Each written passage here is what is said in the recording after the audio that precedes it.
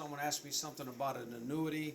I don't have the answer to, and I don't pretend to, so Dean, he can answer any questions, or a self-directed IRA, okay?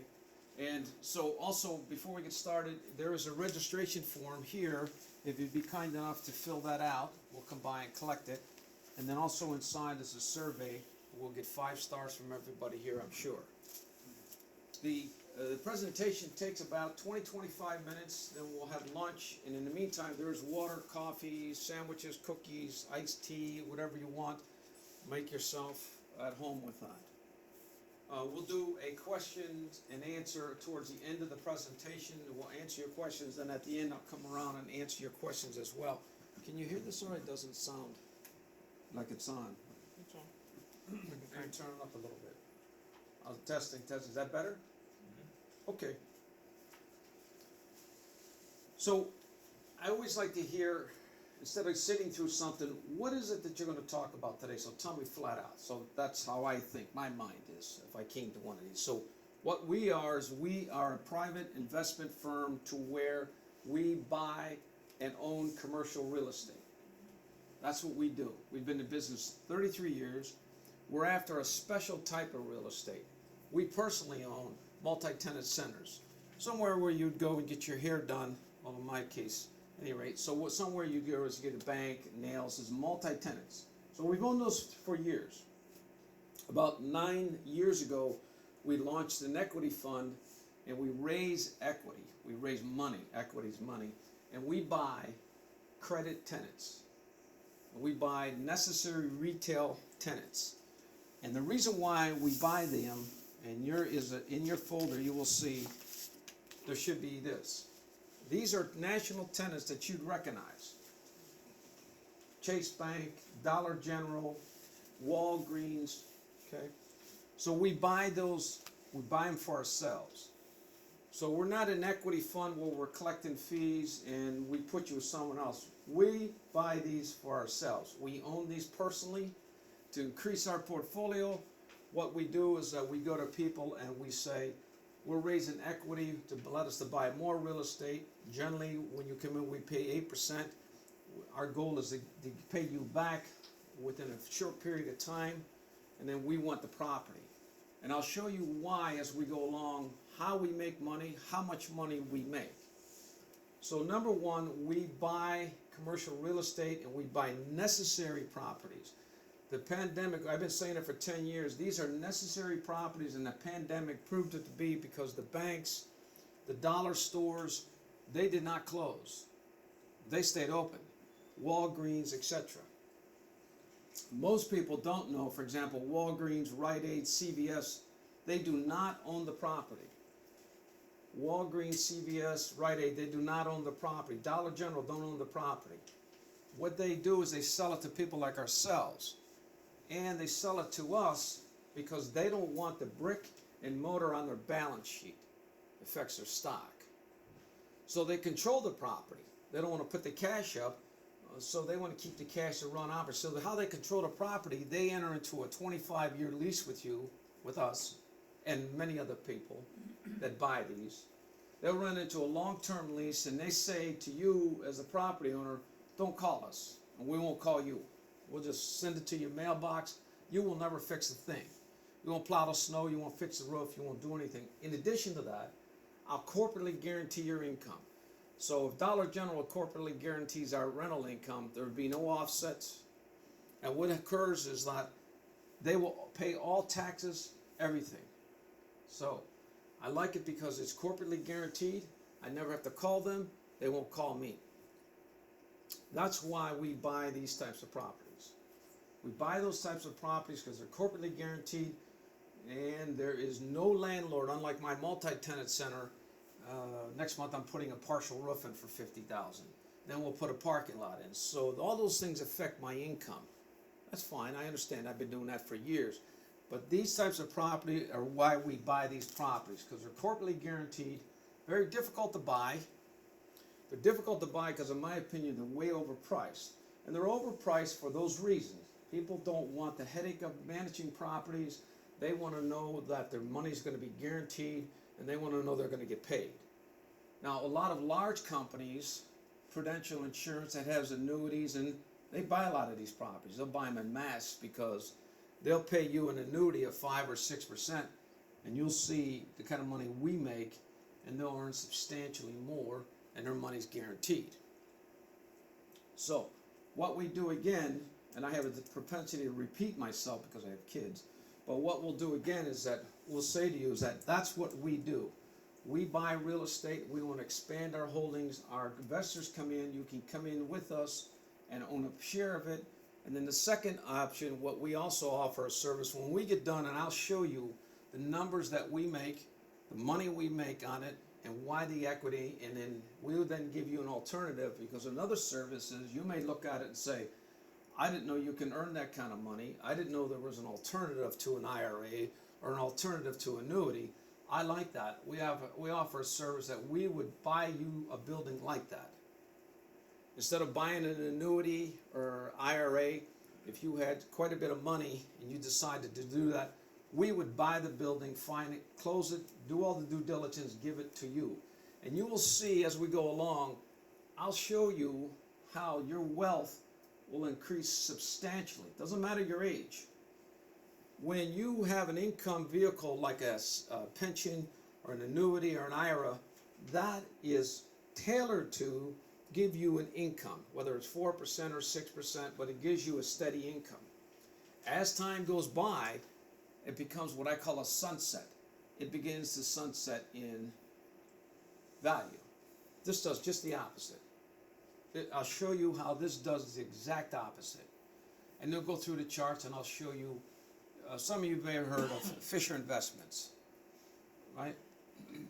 I'll show you what they believe in, and then we'll take their chart and we'll match that to an annuity. They believe in stocks, and we'll match the stocks, which the stocks are on fire. Then we'll match it to our product. So again, what we do is that we are a private real estate company, been in business for 33 years. We own multi-tenant centers, and about 10 years ago we started to buy these types of properties for corporately guaranteed income, no landlord responsibility, and you will see how the wealth grows in these properties. Your personal wealth grows. So if you're getting a check from, if I'm getting a check from my annuity company and you're getting a check from your property, if you own the property, in 5 or 10 years you'll see your wealth double, triple over what mine would be if I had an annuity. Who here has an annuity or a self-directed IRA? First, who has an annuity? Okay. And I suspect you did an annuity to give you income, right? I have no opinions on annuities. I don't have any arguments with annuities. I'm just going to show you some facts. You keep the annuity, or maybe you say, I'm going to buy another one. This is an alternative investment to that.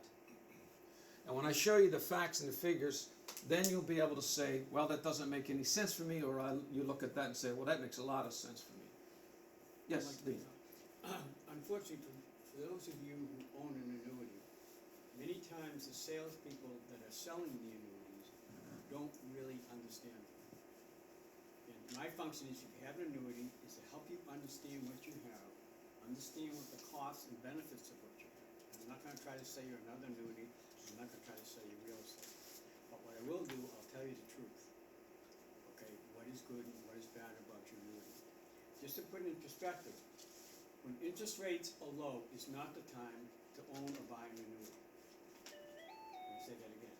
When interest rates are low, it's not the time to own or to buy an annuity, because they fund all their investments, all their annuity products are driven by interest rates. When interest rates are high, remember back in the 70s, selling an annuity every client I had, because interest rates were 10%. Okay, interest rates now are 3, if you're lucky. So if you have an annuity, let me help you understand what you have, because there are a lot better options out there than annuities right now, specifically because interest rates are low. So to be clear, we don't sell annuities, we're not licensed, we don't sell insurance, we don't sell anything like that, nothing. Our bailiwick is owning the property and keeping the property for ourselves. That's where we're at. Over here, if you like what you look at it and say, you guys make a lot of money at this instead of buying shares, I think I'd like to own that something myself. How can you make that happen? We'll do that for you too. Dean was saying a moment ago, if you had an annuity, you're not sure what you got, or you want to keep it, or you don't want to keep it, he could tell you what it is. I can't. So again, I have no arguments with annuities or anything or stocks and bonds. I'm not a stock and bond person.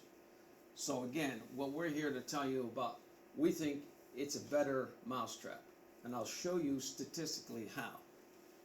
As I said at the beginning, we're a real estate investment firm, 30 years of experience in ownership of single tenant triple net. When you see triple net, that means 3 N's, means there is no landlord responsibility ever. Don't ever call me, they won't call me, and I don't call them. I love it. So what do we purchase? Again, I have the chance, I repeat myself only because you just have to consistently repeat the message. We only purchase necessary retail. Necessary retail are banks, dollar stores, things that you recognize nationally. If I'm in California or if I'm in Idaho, it's the same company. They all corporately guarantee their rent to you. These properties are net leased by national recognized Walgreens, Chase Bank, ideally located on a corner. I want to be at Main and Main with the property, because if something should happen to Rite Aid and I have to re-tenant it, yes, I'm a real estate guy and I can re-tenant it, but I want to be at the main intersection. So that's why I'm interested in that. Walgreens and Rite Aid about 30 years ago came out of the multi-tenant centers because they have the power, and they started to build at the intersections. You'd have to have a lot of money to build the intersections, right? Walgreens has over 9,800 stores and they own less than 300 personally. So they say to a developer, hey, I want to be at that corner, make it happen. He develops it and he sells the store to me, and Walgreens comes in and pays the lease, and that's it. That's all they do. So they control the property. They have a long-term lease with you. They'll pay you all your rent, no problem. They guarantee your rent. But they have the best of both worlds because they have that type of power. And we all know at our ages now, 40 years ago, you would have to go to a little general store to get milk and diapers. Now you go to Walgreens and they've taken on that role. That's why they're at the corner now, CVS, because they've come out and they've got a multifaceted. They act as a small general store, pharmacy, those types of things. It's pretty smart. The nationally recognized credit tenant corporately guarantees the rent, meaning no disruption in our income. If Walgreens called me up and said I had to put a parking lot in and a roof in, I'd say, that's great. Where's my check? So these are Walgreens, Dollar General. These are what we're after. DaVita, Chase. So here's one for you, right? We earn on our property, we'll buy, say, for example, Dollar General. We'll put $250,000 cash down. $250,000 cash down. We earn 32% on our investment. 38.2% we earn. Okay. Now, if I put that in the paper that I earn 38%, you're thinking, what the heck's he talking about? So I'm going to show you how we earn 38%. And the reason I want to show you that, because there's an alternative to what you're doing. And I want to show you as it goes. Real estate, good real estate is not only a cash flow, but it's a tax play, and it's a wealth builder. But you got to have the right horse to do that. So it's a tax play, an increase in your personal wealth, and as a result of that, to protect your principal. In the third year, we've received our initial investment back. So if I put up $250,000 to buy a $1 million Dollar General, I'll get a loan for $750,000. Banks give me a loan like that because they're corporately guaranteed. I'll take $250,000 cash. I'll put it up. In my third year, I've got my money, my original principal back. My third year. It builds wealth no matter what your age. Remember I was saying, when you get an annuity or stocks or whichever investment vehicle and you have this, they begin to sunset because a lot of times they're taking some of the principal. This goes the other way, and I'll show you that. It's real cash. If you get sick in 5 years or 6 or 7 years from now, highly unlikely you can get it from your insurance if you have a whole life. Highly unlikely you can get it from an annuity, but this has cash, and I'll show you how you accrue. It's mailbox income, tax planning. It protects your principal, because remember I said if I put up $250 in 3 years, I got my money back, so I'm even in the game. Everything there is just a bonus, bonus, bonus. Increases your net worth more than any monetary investment. Stocks, bonds, annuities, pensions, IRAs. There's nothing that beats this. And so we're going to show you a report that Fisher Investments issues about annuities. He's got a thing with annuities. I understand that, but I'll go through that and I'll show you his numbers.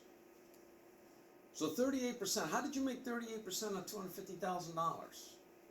Well, at $37,000, what occurs, I put a $250,000 down, and I get my rent, after I paid my mortgage, I'm left with $37,000. So again, I put on $250,000 in cash.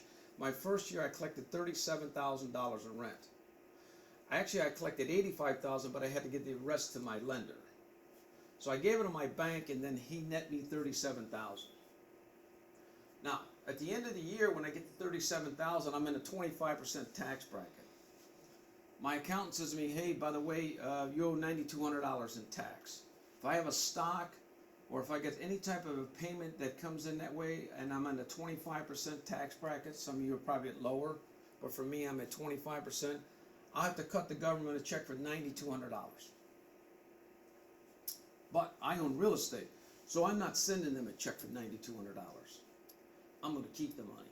So, in reality, that's called an internal rate of return. If I don't send DC $9,200, my total income just went to $46,250. How? Well, remember, I kept the $37,000. That came off of it, and then I didn't pay taxes. Like if I had a stock that earned that, I would pay a tax. So now my buying power, my actual power is $46,000. So I made 18% on my income. So I made 14% cash to cash. Internally, I made another. So I paid no tax. I paid a deferred tax. It's not tax exempt, it's deferred. Nevertheless, I didn't pay a tax. Why? Because I get a real estate. So at $30,000, a 3% appreciation. So I know the property at $1 million in the first year will appreciate 3%, because I know this business. So it appreciates 3%, and from 3%, I picked up 30 grand. I picked up 30 grand that's still in the property. I don't have it because I didn't liquidate the property. So now if I took the 30,000 plus my 46, I made $76,250. But then I paid down my principal of $19,000. So I had an appreciation of $30,000, a $19,000. I made $95,500. Half of it's on paper, that's true. The other half is reality. How? $37,000 in my pocket, another $9,200 gives me 18%. I had an appreciation of 3%. I reduced my principal, kind of like your house, you know, you pay down your principal. So $95,500, if I were to sell the building going into the second year, I made 38% on my money. Yeah, dude. Even better. Make it easier. Put in your Roth IRA, absolutely tax-free. Rocket Dollar will set up a real estate IRA or a real estate Roth IRA for $350 and $15 a month. So you can make that. You don't have to worry about tax deferral. You don't have to worry about depreciation. It's absolutely tax-free with a Roth real estate IRA. That's if you have a Roth, you want to convert it. Right. Okay. Roth. So you can see. Or an IRA. Put in your IRA. So you can see how I come up with 38% on real estate, because most people look at that. There's other layers of real estate. There's tax deferment, there's equity depreciation, there's principal pay down. That's in the first year. Now, that looks good in the first year, so what's it look like every 5 years? So again, why we own the real estate is because for many investors, the most attractive quality of investing in single tenant net lease is relatively stable and passive income. I'm interested in mailbox income. I don't want to deal with tenants, and I don't want you to call me and tell me the toilet's leaking. I did all that, right? I still do it too. Since rental rates are defined in the lease agreement and the tenant is responsible for all the majority of operating expenses, all future cash flows to the investor, they're more predictable compared to other real estate investments. If you're in the stock market, I'm not. I was 20 years ago. It wasn't my cup of tea. I don't like the uncertainty. I know I read it and I think I should be in it, then I come to my senses. But I just don't understand. It's not my bailiwick. This, I understand because it's real predictable. Here's what you're supposed to send me every month. Here's what I'm looking for. When I go to an accountant, I know I'm not going to pay a tax. When I look at it and I know how much my principal went down and I know how much it went up.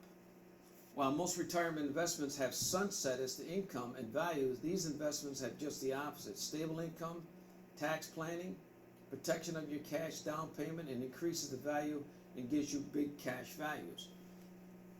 No landlord responsibility again. Most single net tenant structures are tailored to give the landlord minimum of zero responsibilities. These tenants are generally responsible for operating expenses. They pay the They pay the snow plowing, they pay the taxes, they pay the insurance, they pay any roof repairs, they replace all the air conditioners. Substantially increases your net worth. Name brand credits, investment properties leased to tenants with a strong credit may provide a higher degree of security in receiving the rental payments. If Dollar General or Rite Aid, now Rite Aid and Walgreens on average, they close about 20 stores a year. What they mean by close, they relocate them. So they may have been, a Rite Aid's been in a location for 17, 18 years. They don't like the way the neighborhood's going. They'll pick up and they'll move. Doesn't matter. You still have to pay me the rent. Doesn't matter whether you're in there or not. You still have to pay me the rent. The only way you stop paying me the rent is you repudiate all your leases nationwide. Your initial investment begins to compound its value through appreciation, preservation of capital, and taking advantage of the tax codes. And did you know that many insurance companies purchase these assets? The people who underwrite annuities, they're basically insurance companies, they buy these types of assets. Why? Because I just showed you cash and cash, they're at 14%, and they're probably doing better than me because they buy in big volume. It's a low entry point like in annuities. Most annuities you can come into, I think, around 250. If you decide and you look at this and at the conclusion you say, well, I'd like to own one of these buildings, and let me go through the chart and I'll give you an idea why you'd want to consider it. But there is a low entry point for $250,000 you can actually get into, and you can own one of these buildings, just like we do. With leverage, an investor don't know how to operate the clicker. Let's see. Okay, with leverage, an investor is a little $250 of the property may be able to acquire one of these properties. The properties are appealing alternative to traditional stocks and bonds and annuity options for many investors but lack the expertise.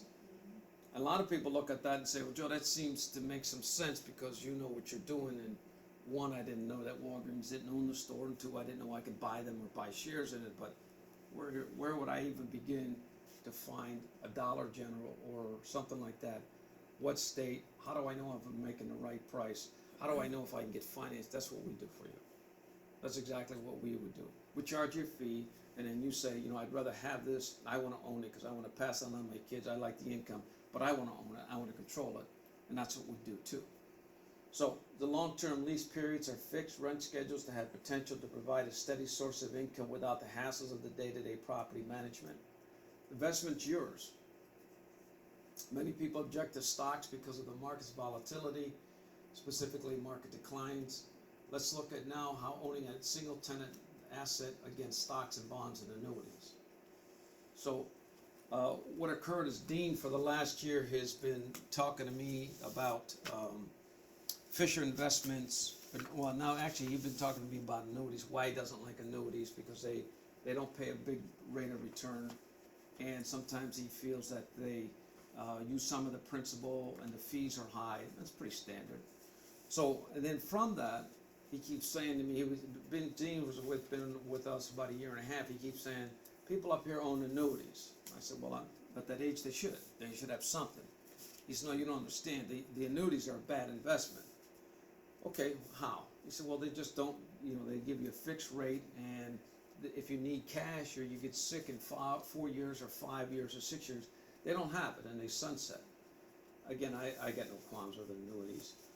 Then Fisher comes out and he says that I've been seeing this about annuities. So we sent away for it about 6 months ago, right? And he's got a 30-page report he's got out and says why you shouldn't own annuities. So I'm halfway through the book and I'm thinking to myself, okay, so you don't like annuities, he's got to be selling something. So what is it that he does like in its place? And when you get to the end, he walks you through why he doesn't like annuities. There's got to be some good in annuities, and there's not some good. But the snapshot is, Fisher says, if you took an annuity and you put $350,000 or $300,000, whatever you put in this case, I'll show you. He says if you bought an annuity for $1 million, you put $1 million down, and then you bought $1 million in stocks, and then you bought $1 million in stocks, 70% stocks and 30% bonds. Stocks and bonds beat the annuity every day. And he runs a chart out, and that's what I'll show you. The challenge I got with the chart is he does a 40-year timeline. You know, I don't think I'm going to be here in 40 years. If I'm 30 years old, I might go into that. I'm thinking 5 years, 10 years, right? So we got a hold of it, and we said, well, the three columns, he pencils annuity, stocks and bonds. So we added, what's a triple net property look like? And so by virtue of that, he says here, he goes on, this is a snapshot of his 30-page book, but he says, too many people buy and purchase annuities as a primary investment vehicle for retirement. He's saying it's primary and it shouldn't be. He says annuities generate far less income and far less growth needed over the course of a long-term retirement. And he's saying, like I've been saying, if you're into it 6 or 8 years, something happens, you need cash, you're not going to get it out of the annuity. He's saying on average it takes 4% in fees from the contract per year, which also eats away its value, and annuity owners often do not realize that 5 to 6% guaranteed income that they show you, they believe they have is not actually a return. They have is not actually a return of their premiums, but rather an increase in withdrawals the investor can take. So he's saying a combination of what comes back to you is part of your own principle. That's what he's saying. Again, I don't have any qualms with annuities, but I'm using it to benchmark annuities, stocks, and bonds against what we think. We think we get a better mousetrap. So I looked at that, and I had Ross put together a chart, and Ross, we took his chart. This is Fisher's chart, an investor assumption. He's got this chart. He said we start a portfolio of $1 million. That's pretty rich to put into an annuity, but let's just go with that for a minute. So he's got $1 million. He says your cash flow off the $1 million is $45,000 a year. And he puts a time frame of 40 years, but Ross put down 30. So over here in column 1, he shows 100% stocks at $1 million. At the end, the median income, you have about 4.1 million. Now remember, you put $1 million into it, so you have about 3.1 million. He says stocks and bonds, you're at 2.2, you put $1 million, be at 1.2 over a 30-year period. So 100% stocks, and then he says why he doesn't like annuities. You put $1 million in at the end of 30 years, you get $1,350,000. You take the million out, you get $350,000 left. So you can see your annuity went from $1 million in value all the way down to $350,000, and that's what he don't like about it. And I understand that. So he averages out over 30, 40 years because I guess the stock market goes up and down, so he just does an average. So I turned around and said, okay, let's take $1 million and let's just say that you bought a single property like I've been telling you. You bought a Dollar General or you bought a Rite Aid. And so you took the $1 million, and what occurred is that $1 million in that same time frame came out at $16.9 million. Why wouldn't I buy a Dollar General? A, I don't know how to buy it. I don't know how to get into the first, but I'll hire Ford, and Ford will buy it for me. So why would I buy anything other than that? And that's what we looked at in terms of where this is at. So we looked at $1 million for these things, then I said, remember I was telling you about cash? Now I don't like the 30 or 40 year horizon because I think it's too long, but I want to look at what happens when I'm in my 5th or 7th year, I own the property, remember I'm not fixing anything, they don't call me, they mail me my check, they guarantee my income, I'm good. But in 6 or 7 years from now, maybe I get sick and I need to go into a health center, or maybe my kids are having an issue and I need to get cash, right? I could go to the stock market, and if the stock market's good, I'm getting my cash. I'm going to probably pay a tax on it. Stock market, I think, the annuity, I don't think I can get cash out of it. But I look over here, and I see that $1 million, $9.3 million was deferred in taxes. I earned 18% income on it, and I get $16 million. In 5, 6 years, I get $700,000 cash I can tap. I kind of like that. So then I looked over here, and we said, 30, 40 years is a bit, let's go to 15 years. So we took a median value and total cash flow. So we took his chart and shrunk it down to 15 years. And stocks and bonds at the end, 100% stocks is, now your $1 million is worth $2.7. Remember, you put $1 million into it, it's worth $2.7. 70% stocks, according to him, is worth $1.7 million. The annuity's down to $900,000. The single tenant went from $16 million to $11 million. So in 30 years, it was worth $16 million. I don't have 30 years. 15 years I could possibly see. But now, the $1 million is worth 11. So I'm still ahead of the game at 15 years. Still ahead of it. So the four of us put in $1 million stocks, $1 million stocks and bonds, $1 million annuity. I put $1 million in the property, and away you go. And in 15 years, I'm at 11. I got to back my $1 million out, but I'm up $10 million. I like that. And that's a combination of $10 million. If you paid $1 million for the property, it's not going to be worth $10 million. It's a combination of the money that comes in and the taxes that you didn't pay on it, and the equity as appreciates it. Simple. So we took it another step further, and I then looked at it and said, well, I really don't want to put $1 million down. I don't. I only want to put $250. So let's compare that. So what happens is one person puts in $1 million in cash in stocks, the other person puts $1 million in cash in bonds, the other person puts $1 million in annuities to get the return. I don't want to do that because I understand real estate and I understand leverage. So I'm only going to put up $250,000. So I still got $750,000 cash left in my bank. So I'm cash strong by over $700,000. So I'm going to put $250,000 down, and so you can see that chart should be here. It's called an income and growth chart. Have you seen it? In the handout? I'm sorry? Yeah, it's in the handout. That was in the handout? It's in your book. And it's got, it should look just like this.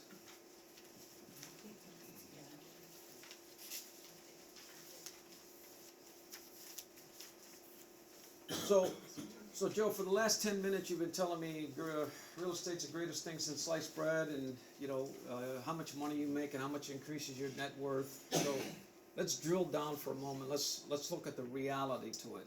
So let's look at the reality. I don't want to put $1 million in cash in. I don't. I want to stay somewhat liquid, but I want some tax advantage, and I want my money to grow, and I want to have access to my money in the future. So I'm not going to put $1 million. I'm going to buy a building for $1 million, and I'm going to put $750,000 as a loan. I'm going to pay 4% for the loan. I remember early on I said I'll show you $250. I put down $250,000. I make 38% out of it. I make 14% cash on cash. Remember the first one? Well, there it is. I turned around, I put $250,000 down. I get an income of $85,000 off the property. So now I get $85,000. I got to pay my banker. My friendly banker wants, hey Joe, you got to send me $47,500. That leaves me $37,000. Remember at the very first chart? I got $37,000 and I pay no tax. I pay no tax because I got a debt and because I'm depreciating the building because I own the building. So what ends up happening, cash to cash, I made 14% on my $250. Remember the first chart I said cash to cash and the internal rate of return? So this is now proving it out. So net to the investor, day one at the end of the year, I made $37,000. I didn't pay tax. It's a deferred tax. I'm paying tax, but my property's appreciating and it's also paying down the debt, right? Kind of like your house. Same thing. So from there, I look at that and then say, now, Fisher likes the 30, 40-year timeline. I don't like a 30, 40-year timeline. I want to see where my property's at in the 5th or 6th year, and then I want to see where it's at in the 8th year. I want to see where my wealth is growing. What's my 250 done for me? Because at that time, I ask you, don't sell the building. If you're going to sell, call us, but don't sell it. Restructure the building. But that's another service we offer too. If you called me and said, hey Joe, I need some help. So, I'm thinking about selling it. I'd say, well, let's look at that first, and I'll explain to you how you're going to go in and mine this thing. With that said, let's look at the first 5 years that I had the building. The first 5 years I put the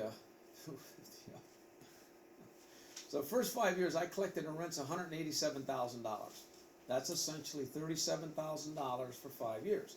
I collected $187,000. My debt, if you remember, my bank loan was $750. It's now $640. So I've had an increase in there because I've lost or I paid down more debt. My value, I turned around and said over 5 years, I think the property is worth more than 1.3, but for this, I want to keep it real conservative. And I want to say in 5 years, it only increased $100,000. So it should be more than that, but it's best to be conservative. So I increased $100,000. So now the difference between what I owe the bank of $640 and what my property's worth if I sold it in the 5th year I turned around and I got $461,000 in cash. So I sold the property in the 5th year. I picked up $461,000 in cash. Well, that's not bad. I had a $250 investment, but remember I collected $187,000 in rent. So I got to add the rent to what I just sold my building, and at closing they cut me a check for $460, and then I put in the $187. So I netted $648,000 in the 5th year. But you had a $250,000 investment. Okay, that's true. So, and I back out the $250, right? I made $400,000. I made $400,000. That's in the 5th year. Wait, it gets better. So I decided to hang on to it because I called Joe and he said, "Don't do it. You'll pay taxes. Restructure." So I restructured and I take, because I want some cash. Maybe I need $200,000. I want my cash back out. So in the 10th year, I decided not to do anything and I let it ride. So in the 10th year, I collected $230,000 in rents, right? My debt now is down to $517 from $750. My building went up over 10 years. I'm saying only appreciated by $300,000. That's real conservative, but I'd rather stay conservative. Hopefully, trustfully, it'll go up more, but let's just keep it at that level. Now in the 10th year, my equity, if I sold the building in the 10th year, I would sell the building for $1.3. I'd pay the bank off, and I would have $782,000 at the closing. I put in $250, right? And 10 years later, I got almost $750,000. But I turned around and said, "Well, wait, you really didn't earn $782. You earned $1.2 million. How'd you come up with that?" Well, you sold the building and they paid you, once you sold for $1.3, you paid the bank $517, you get a check for $782. Doesn't, of course you're gonna have to pay closing costs. But I collected, right? I collected $417,000 in rent in 10 years. So I didn't take the $417 plus my equity I get at the closing. I made $1.2 million. I gotta back out my original investment of $250. I made $950,000 in the 10th year. There's no other one that does that. Even the stocks and bonds, stocks and annuities that you had to put up $1 million, I put up $250. I put up $250. I didn't put up $1 million. I made $1.2 million in 10 years. That's why I was saying to you, don't sell it. So when you get to the 8th or 9th year, I need cash. Maybe I got to go into a home or my wife's sick or my kids or something. I just go in and restructure it. And I'll take $600,000-$700,000 and I won't pay any tax. And I'll still hang on to the property. And I'll just let it regenerate. That's how you grow wealth. Now, in my mind, how this works is that I take the $250 and I buy a building, but I take the other, because remember I still got $750, and I'll take the other $7 and I buy 4 buildings. So everything becomes quad for me. And that's what real estate people do. Because it's a tax play. It is a protection of interest, of your principal. And if you look at it in the 10th year, even when I get to the 8th and 9th year, as I said, maybe that time I'm in my mid to late 70s, but I need cash, right? I may have a good stock portfolio, but I look at it and I may take a bang on the taxes. I'm not going to sell the building because Ford told me don't sell the building unless you get a real super deal.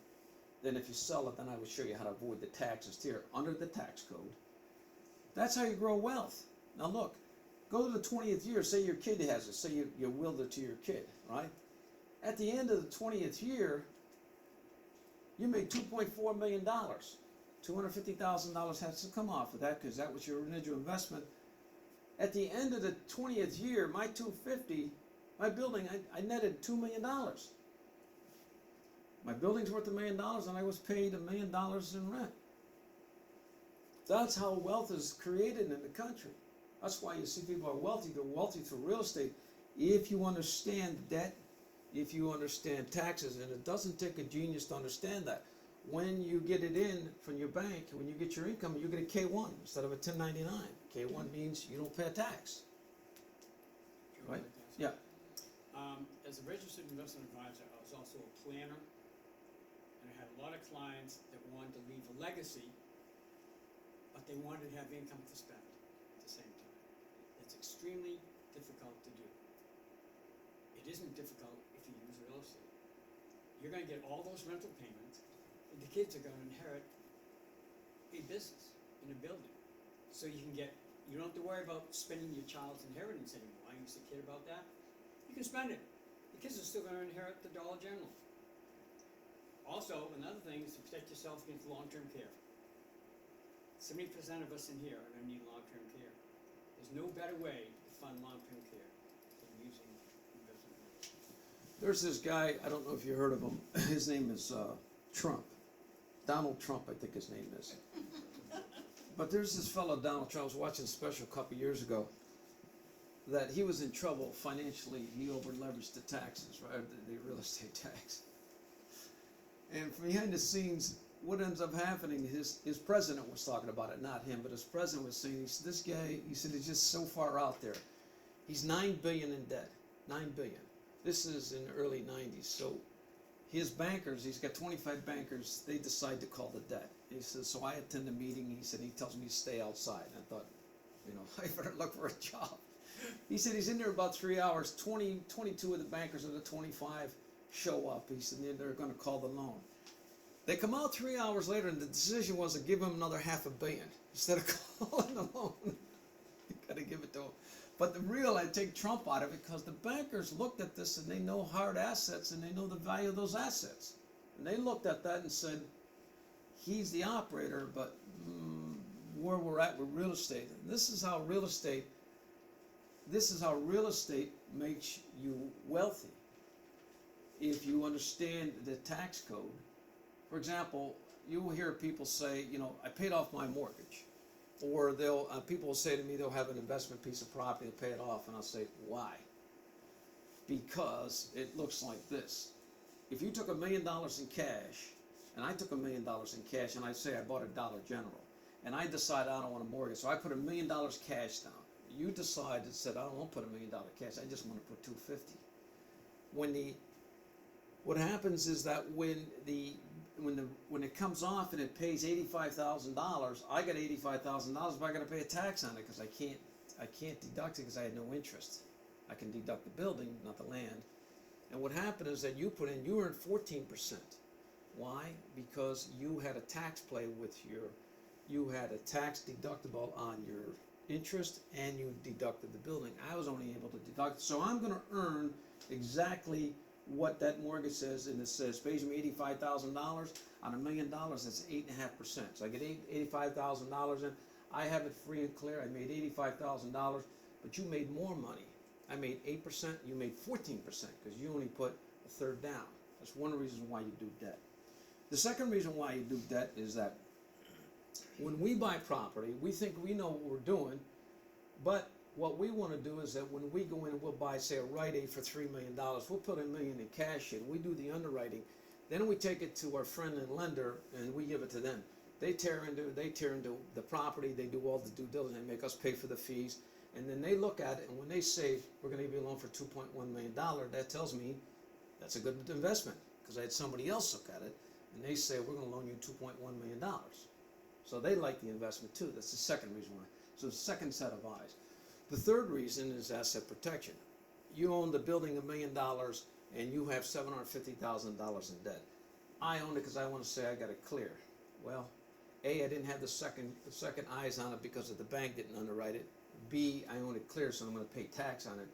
More importantly, and this is asset protection, a year from now or whatever time frame, there's a tragedy at the building of somebody's, the gas pedal stuck and somebody drove through in the window and there was a fatality. Now, I know you're going to find this really hard to believe, but some attorney would instantly search that property and see who owns that property. And what happens is I own the property and I have no debt. He'll do what's called a lease penance and he'll file an action against me even though he hasn't got me in court yet. Lease penance means there's a potential. He goes to you and he looks at you, you got debt, he can't pierce the debt. He can't pierce the debt. See? So that's why you put debt on it. It's good debt. It's debt. You use the tax codes. You have a second set of eyes. You use somebody else's money, right? And you protect your asset. So that's why. Those are the things that you do. And this is how people create their wealth through this.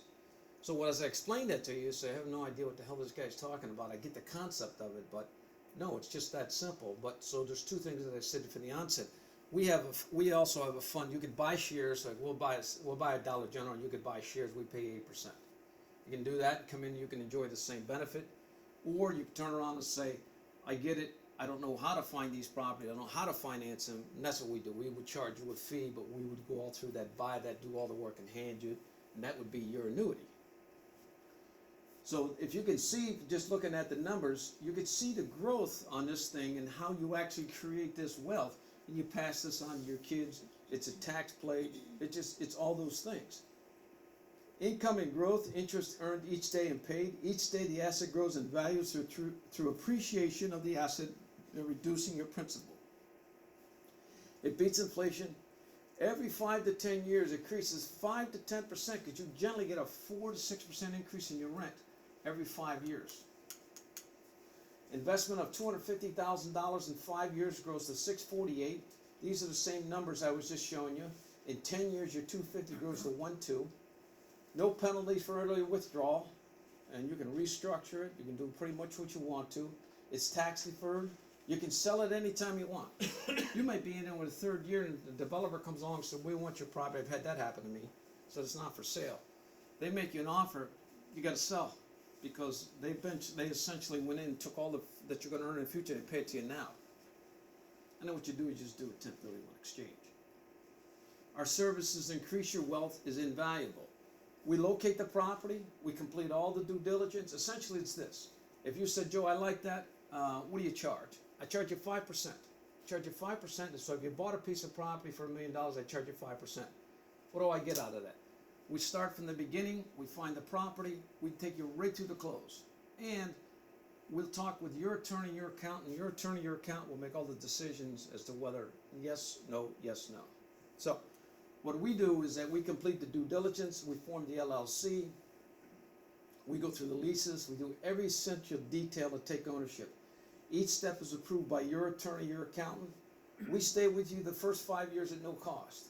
So you bought the property. You'll never talk to the tenant. You don't need to talk to the tenant. 2 years from now or 3 years from now, you make a decision to sell. All we say to you is that call us. Let us have first option. We might want to buy it. If not, you'll say, I'm going to sell it anyways. Then I'll say, here's who you should put it with. So we'll do that at no charge for you. We stay with you the first 5 years, no cost. Your expertise, you get our expertise, our knowledge, and your personality worth soars. Your only regret is you wish you knew this 15, 20 years ago. So whatever, think about what you're thinking about now, the annuities you bought. If you had to turn around and you bought something like this, if you held the annuity the last 5 years, you'd triple that. Or you buy shares in our property. So again, we buy that for ourselves. You can see now, this is why we want to personally own these. It's exactly why this increases our wealth. It gives us income. It gives us reliable income. So we say to you, you can do the same thing. If you want to have that, we'll do that for you. That's a service we offer to you. Or if you look at that and say, I'm not sure I want to go through that, but I like your fund and I see how you make money, so I'll invest in. So we sell shares. Minimum investment with us is $25,000. As we raise money, this is what we buy. We buy these triple net types of properties. The income and growth is how you become wealthy, as you just learned. These are national recognized brands that do not own the building that they use. Ford Income came about this because we've been asked through the years, and I've been asked through the years, and people say to me, I know you're making good money on this. I am. I don't want you to pay me 8%, I want you to pay me 5%, but when you sell, I want a percentage of the profits. We don't do that. We don't do that. We did all the work. We'll pay the 8% because it pays a lot of money to pay you 8%. It's attractive, but we're going to take the property. We want ownership of that property. So through the years, people would say, I'd like to do that too. So that's when we started. When Dean started talking to us and said, if somebody's bought an annuity or they're thinking about buying an annuity and they're going to put $250,000, $400,000, they should look at this, and that's what really this is about. This fund it's not a share in the profits. However, the income and growth, as I've just been telling you about, you own your own property, you do with what you want. You sell it for a profit or keep it for years, and you make investments grow exponentially, collecting passive income. This is a 3-minute video. It wraps it up, but it'll just simply make the 4 points to you is that people didn't know they could buy and own national tenants or even buy shares in them, or if they, where do they even begin? If they decided that, you know, I like that, I think I'm gonna buy a Dollar General, but what state should I be in? What bank do I go to? And that's what we do. So this is a 3-minute video, and then this will wrap it up, and we'll take questions.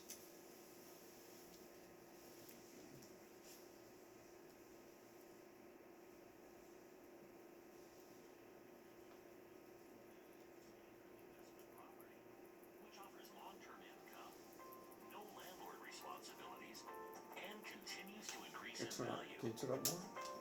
Do you know that most national tenants don't own? They rent from investment. Investment properties. So why don't individuals purchase necessity real estate with a Can you hear it national now? tenant? There are 4 basic reasons. Number 1, a lack of personal experience in locating and acquiring these types of properties, how to buy right, or understand the fundamentals. Number 2, the size of the initial investment. Most people don't have the cash. Number 3, not sure they can get the financing. And number 4, most individuals don't know that they can own a percentage of these types of properties. That's where we come in. At Ford Investment Properties, we foster a confident client base by offering a sensible path for anyone to own necessity retail real estate. And best of all, our properties are all occupied by well-known, respected tenants like Walgreens, Rite Aid, Taco Bell, Jiffy Lube, and other household brands you know and trust. Plus, your minimum investment of $25,000 provides ownership in these properties that is normally not available.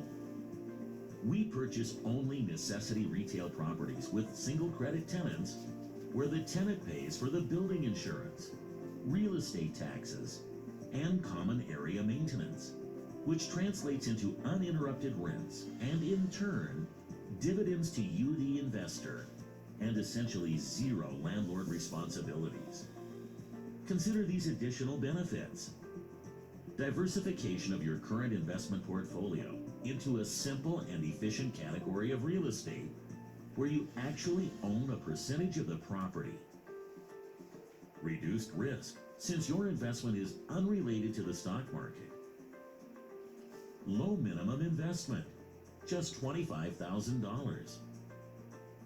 Quarterly dividends, which may be tax deferred, depending upon your status. Non-recourse to you, the investor. A team that knows how to buy investment property with over 50 years of experiences as real estate investors and owners. We are also investors and owner-operators of commercial properties. We invest alongside you, the investor. We earn our fee when the property is sold. Call or email today to discuss our latest offering. And So learn that makes the even more 4 ways points you'll is that benefit I from didn't our know I collaboration. could buy shares in Walgreens, or I didn't even know I could buy a Walgreens or Rite Aid outright, right? That's the first thing, that's the learn part.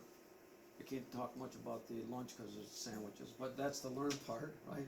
The other part is to take you through and show you the tax advantages through that, to show you how you can increase your wealth from that. And then the other part is that people look at that and say, well, how do I even begin? Well, that's what we would do for you. Or you say, that looks great. Instead of eating the whole cake, I just want to have a piece of it, and I'll come in to your fund and invest in your fund because I know what you're doing with the money. And that's what we're doing with the money. We generally, if you're in the fund, it's we pay an 8% the day you come in. We pay 8%. You go in, you own shares with us. It's generally a whole period of about 48 months. Sometimes you'll get it back sooner. It may go longer, but that's a good benchmark. Our goal is to, as I showed you, with the equity increases, is to give you back your money so when we buy the property.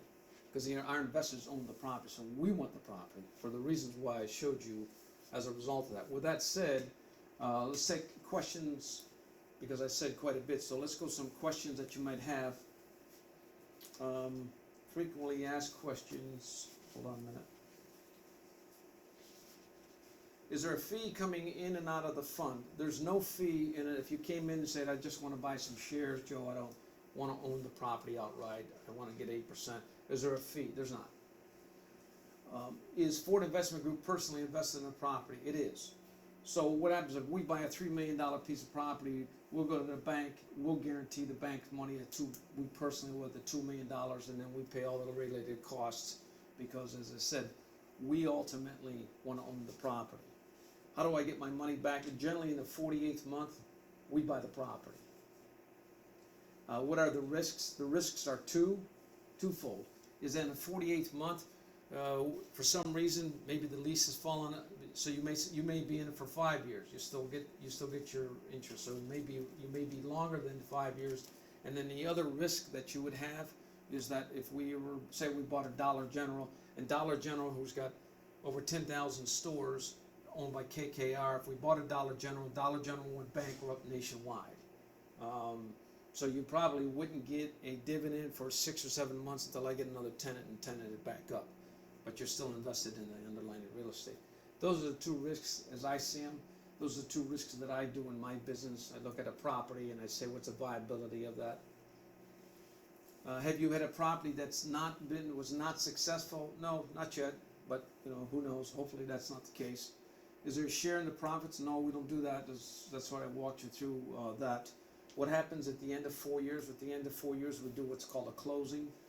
We come in and rebuy the property, and then we send you back your original principal. Questions at this point? I hope I didn't put you all to sleep. Go ahead. When you invest in the fund, it gets 8%, only 8%.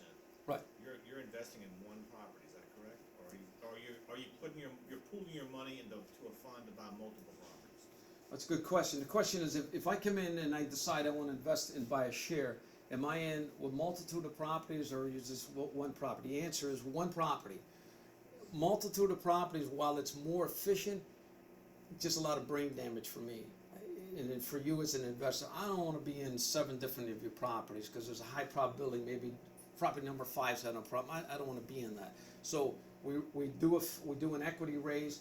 Generally takes us 5 or 6 months, 7 months. We buy the property, and when we're done, we close. And we'll open up another fund, do another property. So we do one at a time. I understand it's inefficient for us because it takes money and time to do that.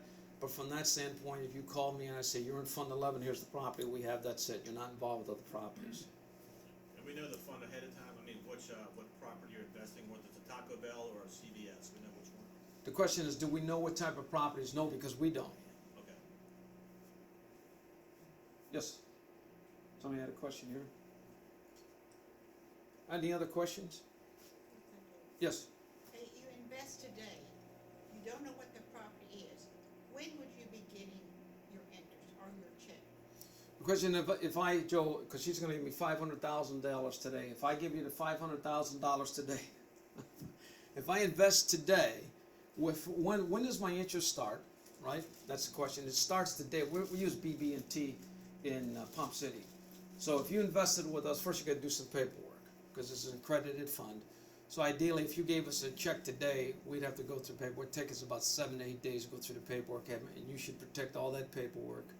We'll go through that with you. But the day we deposit it, you'll get a deposit ticket. That'll be part of it, with your shares, with your subscription agreement, those types of things. And if something happens, hand it to the next person, say, this is all my documentation. The day it's deposited in BB&T, it starts to pay interest. It used to be my first fund is that you would come into an escrow, we'd pay you 0.5%, right, until we break escrow. Because generally our escrow, once we raise $250,000, we can break escrow. Well, people would say, well, how close are you to 250? I'd say, well, we're pretty close. Well, when you get there, call me. So I looked at it and said, from now on, we'll pay you 8% the day you come in. Now, occasionally what will happen, and this has happened I think twice, is that you've been with us for about 3 months, we returned your money, and you say, what's that all about? Well, we had it 3 or 4 months, we can't find the property we want, we redeem. We have the right to redeem, even though we paid you the interest, but we want to stop the clock and wait. It's because a lot of times the property we're after, and it's, we'll be in contract and it falls out. It takes some time to do that. So we have the right to redeem to you. And you'll get a letter from us and say, because you'll call me and say, Joe, what is that? After 4 years, I've been in 4 months, you sent me back my money. We wanted to stop the clock. We're not getting what we want. You don't want to pay 8% for a year and I have the property.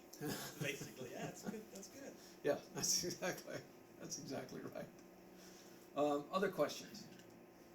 Did you understand the two options? You could either come into the fund or in the 8%, or the other one is just say, hey, I like that what you showed in terms of me increasing my wealth, and we would hire your firm to do that.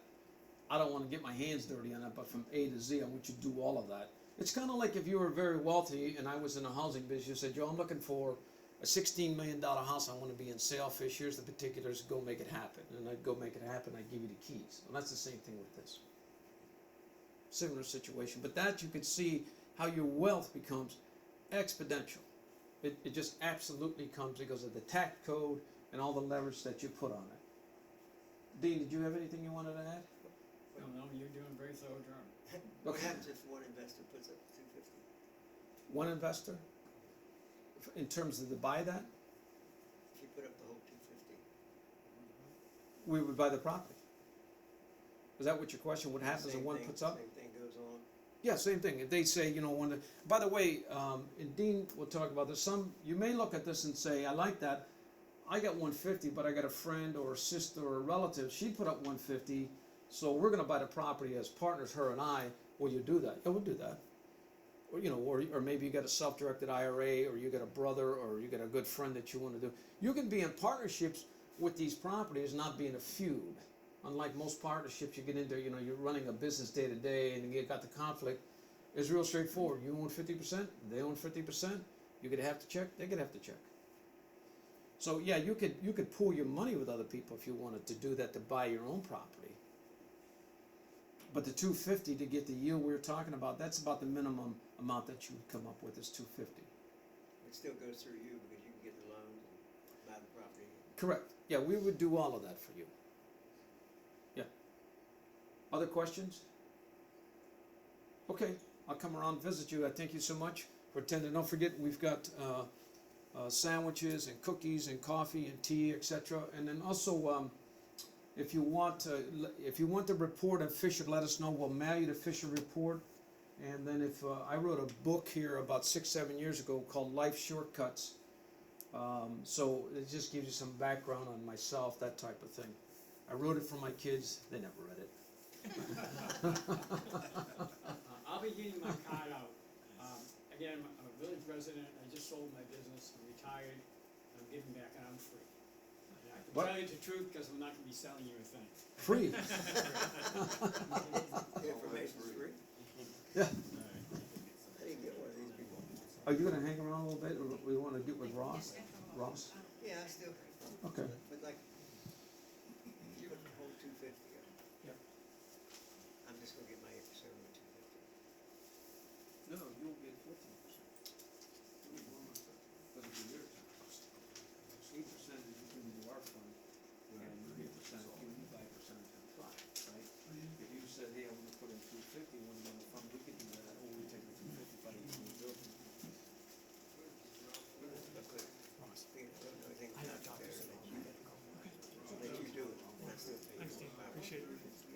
We'll talk to you. If you said, hey, look, I want to come into the fund, I'm going to give you 250, there's no fee. If you said, I don't want to go into the fund, I let up in the building myself, then it's a fee, because I got to go find the building, get to find the. I do all that. And so by virtue of it, then